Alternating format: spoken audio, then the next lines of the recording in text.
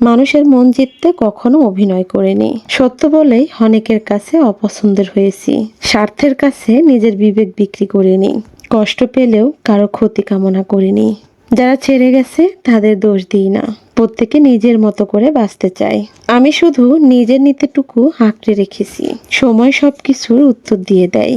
মিথ্যা কিছুদিন যেতে, সত্য আজীবন বেঁচে থাকে। সম্পর্ক টিকে থাকে বিশ্বাসের উপর, আর বিশ্বাস জন্ম নেয় সুন্দর চরিত্র থেকে।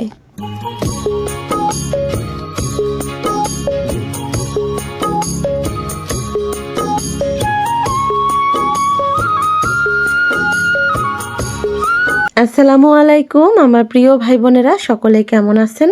আমি আপনাদের নাটোর জেলার প্রিয় বোন সুমি। আমিও আলহামদুলিল্লাহ ভালো আছি। সকাল সকালই আপনাদের মাঝে আজকে হাজির হয়ে গেলাম। এখন হচ্ছে সকালবেলা, আর এই তো সকালবেলাতে ঘর বাড়িগুলো পরিষ্কার করে নিলাম। এদিকে সকাল সকালে আপনাদের ভাইয়া অনেক বড় একটা মাছ আনছে। সেই মাছটা হচ্ছে আমাদের পুকুরেরই মাছ। এই তো মাছটা ব্যাগে করে আনছে আর বের করতেছি মাছটা। এই তো দেখুন কত বড় মাছ। মাছটার ওজন হচ্ছে 3 কেজি, আর মাছটার নাম হচ্ছে ব্লাড কাপ মাছ। এই মাছ আমি নামটা প্রথমেই শুনলাম, আর কখনো খাওয়া হয়নি। দেখতে একদম রুই মাছের মতোই, তবে রুই মাছ না, এটার নাম হচ্ছে ব্লাড কাপ মাছ। এই মাছ অনেক বড় হয়, তবে এই তো 3 কেজি ওজন হয়েছে। এটাই ধরছে আমাদের পুকুর থেকে।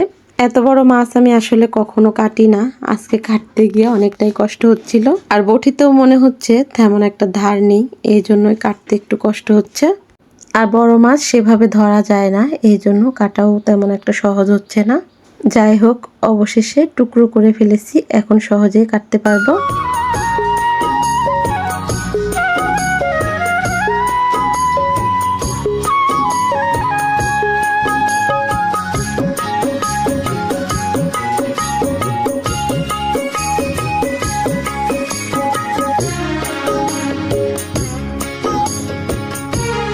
এদিকে তো বড় মাছটা কাটতেছিলাম, বাজারে আপনাদের ভাইয়া ছিল।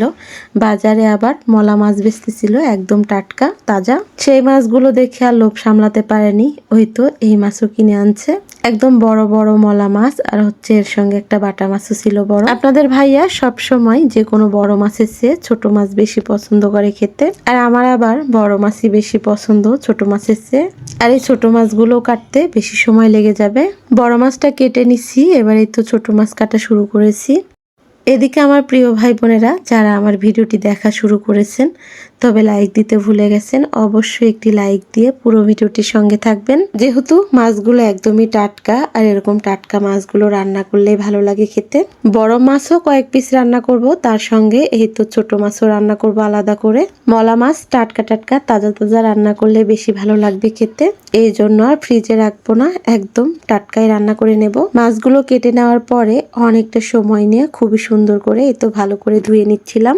মাছ যত বেশি ধোয়া যায় ততই ভালো, তবে হচ্ছে মাংসটা একটু কম ধুতে হয়। আর এই মাছের দাঁত আছে, দাঁতগুলো একদম মানুষের মতো, আমি তো দেখে অবাক। এই মাছ যেহেতু কখনো রান্না করে খাইনি, আজকে প্রথম রান্না করব। তবে খেতে কেমন লাগে সেটা অবশ্যই খাওয়ার পরে বুঝতে পারবো। আজকে সকালে থালাবাটিগুলো এখনো ধোয়া হয়নি, এই তো থালাবাটিগুলো মাছ ধুয়ে নেওয়ার পরে ধুয়ে নিচ্ছি। অন্যান্য দিনের তুলনায় আজকে থালা বাসনও কম, আমি যেহেতু গতকাল বিকেলে সব ধুয়ে রাখছিলাম। এদিকে এই তো দেখুন সকালের খাবারটা অনেকটাই দেরি হয়ে গেছে খেতে খেতে। রাইস কুকারে ভাত উঠিয়ে দিয়েছিলাম, তার মধ্যে হচ্ছে ডাল সিদ্ধ দিচ্ছিলাম, ডালটা ভর্তা করেছি। আর এই তো তার সঙ্গে ডিম ভাজা নিয়েছি। গরম ভাতের সঙ্গে ডাল ভর্তা ডিম ভাজা সত্যি অনেক মজা লাগে। সকালে বেশিরভাগই খিচুড়ি কিংবা হচ্ছে গরম ভাত ভর্তা এগুলোই রান্না করা হয়। সকালের কাজ কাম খাওয়া দাওয়া সবকিছু শেষ করে আবার এই তো দুপুরে রান্না বান্না করার জন্য চলে আসছি। আজকে কোনো শাকসবজি রান্না করব না, শুধু 2 রকম মাছই রান্না করব। আজকে বাড়িতে লোকজনও কম, মাও নাই বাড়িতে, মা গেছে বোনের বাড়িতে বেড়াতে।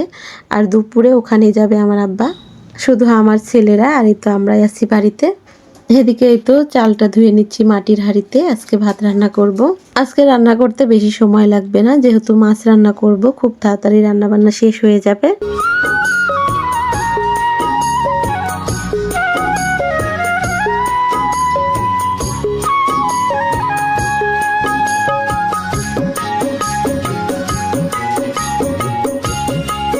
ভাতের এই তো চালটা ধুয়ে ভাতের হাঁড়িটা চুলার উপরে উঠিয়ে দিয়ে জাল ধরিয়ে দিলাম।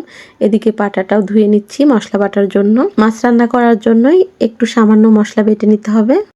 এই তো ছোট ছোট 2 টুকরো আদা, 2টা রসুন আর 2টা পেঁয়াজ নিছি। এবার সামান্য একটু জিরাও নিলাম। এই কয়েক রকম মশলাই বেটে নেব।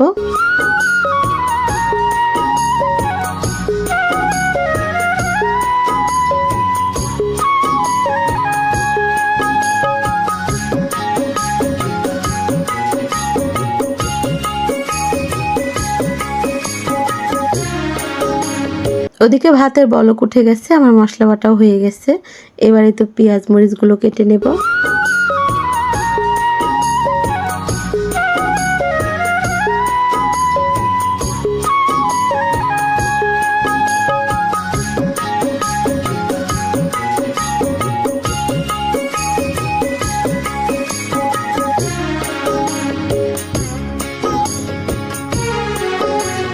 প্রথমে আমি ছোট মাছের জন্য এই তো মশলা রেডি করে নিচ্ছি। যে কোনো ছোট মাছের তরকারি আমি এই তো হাতে মেখে রান্না করি।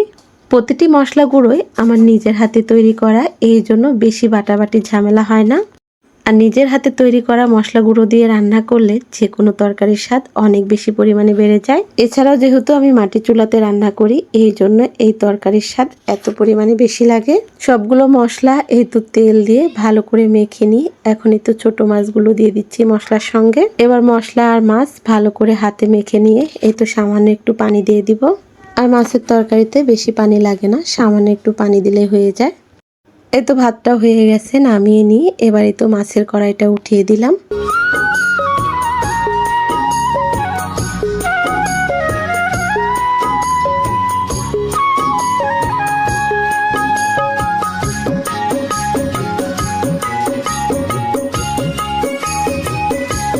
ছোট মাছের তরকারিটা হয়ে গেছে। এবারে তো চুলার উপরে একটা কড়াই বসিয়ে দিয়ে তেল দিয়ে এর মধ্যে কিছু পেঁয়াজ কুচি ভেজে নিচ্ছি। এখানেই তো বাটা মশলার মধ্যে হলুদ গুঁড়ো, এছাড়াও মাছ ও সবজির মশলার গুঁড়ো, মরিচ গুঁড়ো, লবণ, তারপরে তো পেঁয়াজটা যখন ভাজা হয়ে গেল এই মশলাগুলো দিয়ে দিলাম। মশলাটাকে একটু ভেজে নিয়ে তারপরে আবার পানি দিয়ে ভালো করে মশলাটা কিছুক্ষণ কষিয়ে নেব। এরকম টাটকা তাজা মাছ আসলে কাঁচা কষিয়ে রান্না করলেই বেশি ভালো লাগে খেতে।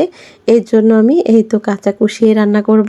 এর সঙ্গে বাটা মাছটাও দিয়ে দিলাম রান্না করার জন্য। তাজা মাছ, টাটকা মাছ না ভেজে এভাবে কষিয়ে রান্না করলেই ভালো লাগে খেতে।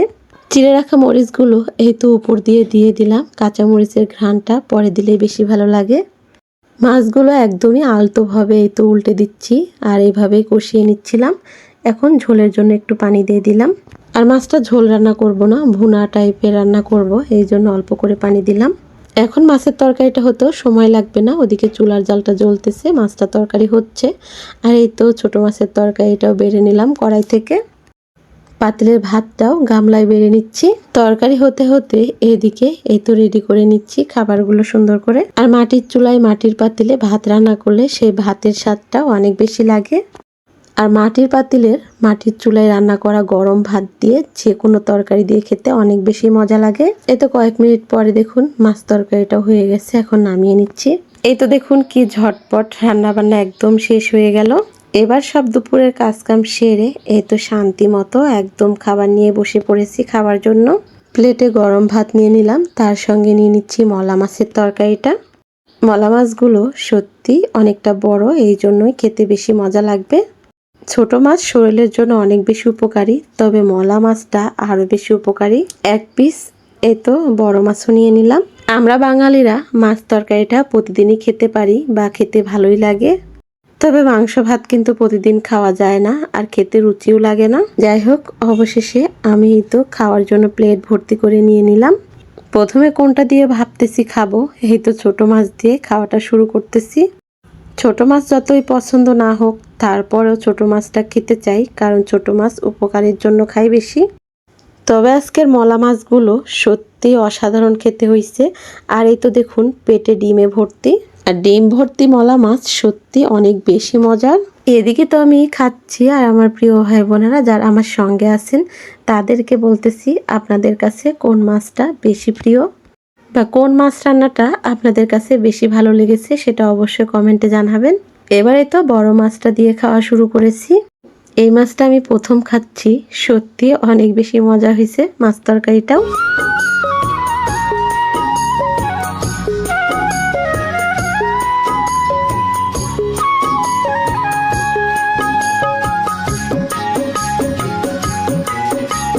গরম ভাতের সঙ্গে মাছ তরকারি দিয়ে পেট ভরে ভাত খাওয়ার পরে এই তো আবার এখানে নিয়ে নিচ্ছি দই। আপনাদের ভাইয়া নাটোর শহরে গেছিল, ওখান থেকে এই তো দই মিষ্টি আনছে। আপনাদের ভাইয়া যখনই শহরে যায় তখনই কিছু না কিছু হাতে করে নিয়ে আসে। আর যেহেতু আমার আব্বা দুপুরে এই তো বোনের বাড়িতে যাবে, এই জন্যই আলাদা করে ওদের জন্য নিয়ে যাওয়ার জন্য আনছে দই আর মিষ্টি। দই আর মিষ্টিটা সত্যি অনেক বেশি মজার ছিল। আর আজকের খাবারগুলো আলহামদুলিল্লাহ খুব ভালো লাগলো খেয়ে। আল্লাহ হাফেজ।